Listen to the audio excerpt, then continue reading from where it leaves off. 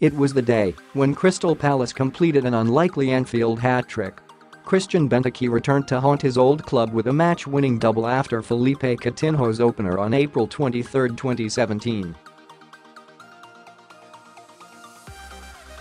It was a third successive away triumph over Liverpool for the Eagles, who had wrecked Steven Gerrard's farewell and inflicted the first defeat of Jurgen Klopp's reign in the two previous seasons.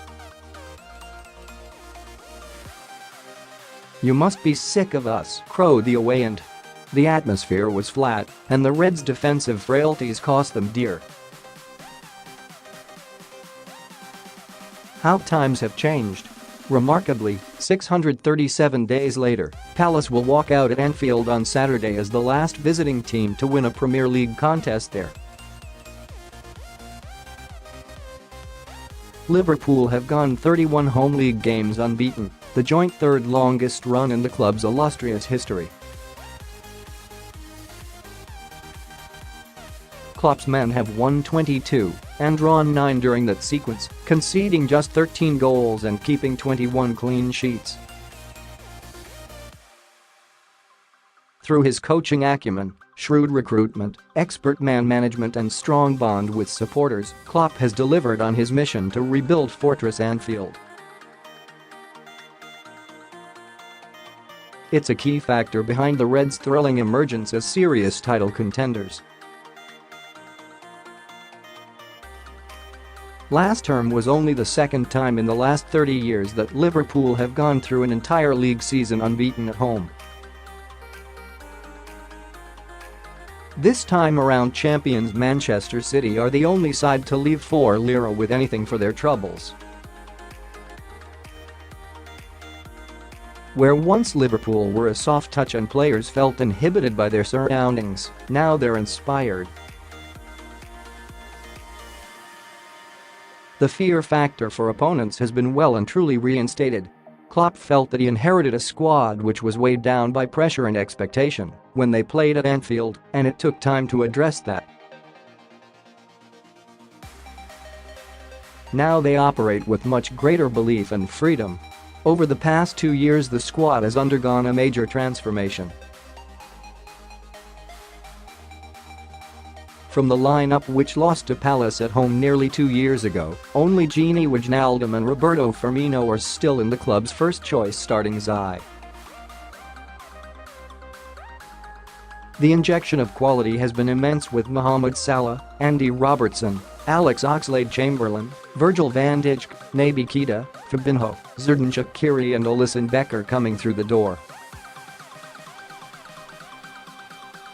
No wonder the bar has been raised so significantly. Klopp has also proved adept at developing the talent he already had at his disposal with Firmino, Sadio Mane, Trent Alexander-Arnold and Wijnaldum among those to really kick on. Defensively, the Reds have been immense. They have conceded just 3 goals at home so far this season. Van Dijk has been a colossus with Alisson a commanding and compassed presence between the posts. When Callum Paterson bagged a consolation for Cardiff City at Anfield back in late October, it was the first time the Reds had let in a home league goal since February. That ended a run of 918 minutes, just 16 minutes short of the club record. Liverpool have yet to regularly hit the attacking heights of 2017-18, when they plundered 135 goals in all competitions. But the quartet of Salah, Mane, Firmino, and Shaqiri have still done some serious damage. The combined score from the Reds' 10 home league games this season is 27-3. When Palace won at Anfield in November 2015, the first setback of Klopp's reign, the manager famously chastised supporters for leaving early. "I felt pretty alone at that moment," Klopp said. "We decide when it is over. We have to learn that we are responsible, and with 82 minutes gone nobody can leave the stadium." Video loading. Video unavailable. Click to play. Tap to play. The video will start in 8. Cancel play now. Anfield had become far too welcoming, too defeatist. Fans were weary from the free fall they had witnessed since Brendan Rodgers' side missed out on the title in agonizing fashion in May 2014. Slowly but surely Klopp harnessed the power of Anfield. Doubters became believers.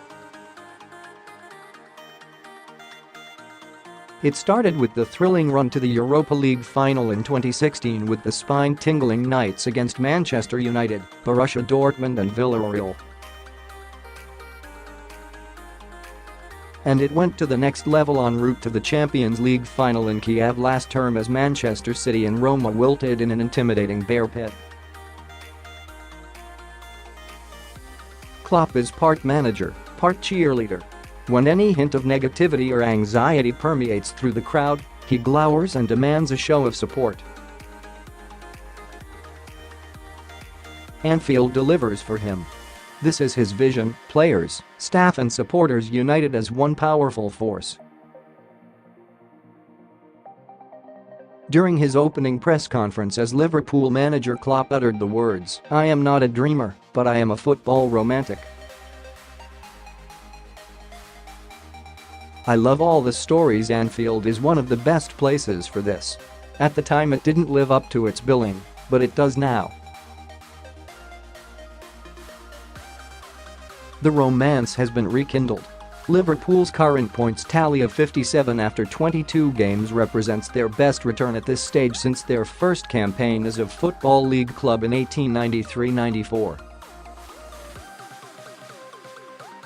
Beat Palace on Saturday and they will be in a class of their own.